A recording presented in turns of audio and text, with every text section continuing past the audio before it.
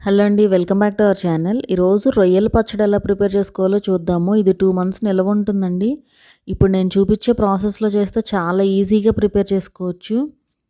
దానికోసం మసాలా ప్రిపరేషన్ కోసం ముందుగా లవంగాలు, దాల్చిన చెక్క, ఒక 2 ఇలాచి, ఒక స్పూన్ ధనియాలు, ఒక హాఫ్ స్పూన్ జీలకర్ర యాడ్ చేసుకుని ఇలా ఫ్రై చేసుకోండి. ఒక 2 to 3 మినిట్స్ పాటు ఫ్రై చేశారంటే మంచి వాసన వస్తూ ఉంటుంది. అప్పటి వరకు ఫ్రై చేసుకుని పక్కన పెట్టుకోండి ఆరటానికి. అవి ఆరాక ఒక మిక్సీ జార్లో యాడ్ చేసుకుని గ్రైండ్ చేసుకోవాలి పౌడర్ లాగా. ఇలా పౌడర్లా చేసి పక్కన పెట్టుకోండి. ఇప్పుడు ఒక బౌల్ తీసుకుని అందులోకి రొయ్యలను తీసుకోండి. నీట్గా క్లీన్ చేసుకుని యాడ్ చేసుకోండి. నేను ఒక 1/2 kg రొయ్యలకి మెజర్మెంట్స్ చెప్తానండి. ఇప్పుడు ఇందులో కొద్దిగా పసుపు, ఒక హాఫ్ స్పూన్ ఉప్పు, ఒక హాఫ్ స్పూన్ కారం యాడ్ చేసుకుని ఇలా మిక్స్ చేసుకుని ఒక 20 మినిట్స్ పాటు పక్కన పెట్టుకోండి.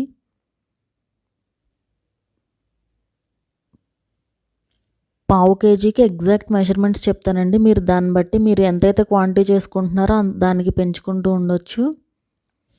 ఇప్పుడు ఒక ప్యాన్ తీసుకుని అందులోకి ఒక 100 ml ఆయిల్ యాడ్ చేసుకోండి. ఈ ఆయిల్ అంతా కూడా చట్నీకి యూజ్ చేసేస్తాము. సో నేను మొత్తం యాడ్ చేసేస్తున్నాను ఇక్కడే. ఇప్పుడు ఇందులోకి మనం మ్యారినేట్ చేసి పెట్టుకున్న రొయ్యలు ఉన్నాయి కదా, అవి తీసుకొచ్చి యాడ్ చేసుకుని ఫ్రై చేసుకోవాలి. ఇప్పుడు వీడియో క్లిప్లో చూపిస్తున్న విధంగా ఫ్రై అవ్వాలండి రొయ్యలు. చూస్తున్నారు కదా, ఇలా పర్ఫెక్ట్గా కలర్ చేంజ్ అయిపోవాలి. బాగా క్రిస్పీగా అవుతాయండి. అప్పటి వరకు ఫ్రై చేసుకోండి. మరీ ఎక్కువగా కూడా చేశారంటే అవి బాగా గట్టిపడిపోతాయి. సో చూసుకోవాలి జాగ్రత్తగా. అవి తీసి పక్కన పెట్టుకుని ఇప్పుడు ఈ ఆయిల్లోకి ఒక స్పూన్ అల్లం వెల్లుల్లి పేస్ట్ యాడ్ చేసుకుని పచ్చివాసన పోయే వరకు ఫ్రై చేసుకోండి. అలాగే ఇందులోకి ఒక టేబుల్ స్పూన్ ఉప్పు, కొద్దిగా పసుపు, ఒక హాఫ్ స్పూన్ యాడ్ చేసుకుని ఒక్కసారి ఇలా మిక్స్ చేసుకోండి. ఆ ఉప్పు అనేది కాస్త కరుగుతుంది ఈ నూనెలో. అండ్ అలాగే ఒక 2 స్పూన్ల కారం యాడ్ చేసుకోండి. యాడ్ చేసుకుని ఒక్కసారి ఇలా మిక్స్ చేసుకోండి. అలాగే మనం రెడీ చేసి పెట్టుకున్న మసాలా కూడా యాడ్ చేసుకోండి. మసాలా ఇలా ఫ్రెష్గా ఉంటేనే బాగుంటుందండి టేస్ట్. నిలవ పచ్చడి కాబట్టి ఒకసారి ఒక 2 మినిట్స్ పాటు ఇలా ఫ్రై చేసుకున్నారంటే ఆ పౌడర్స్ అన్నీ కూడా చక్కగా ఫ్రై అవుతాయి ఈ ఆయిల్లో. స్టవ్ ఆఫ్ చేసుకుని ఇప్పుడు మనం ఫ్రై చేసి పెట్టుకున్న రొయ్యలను కూడా యాడ్ చేసుకుని ఒక్కసారి మిక్స్ చేసుకోండి.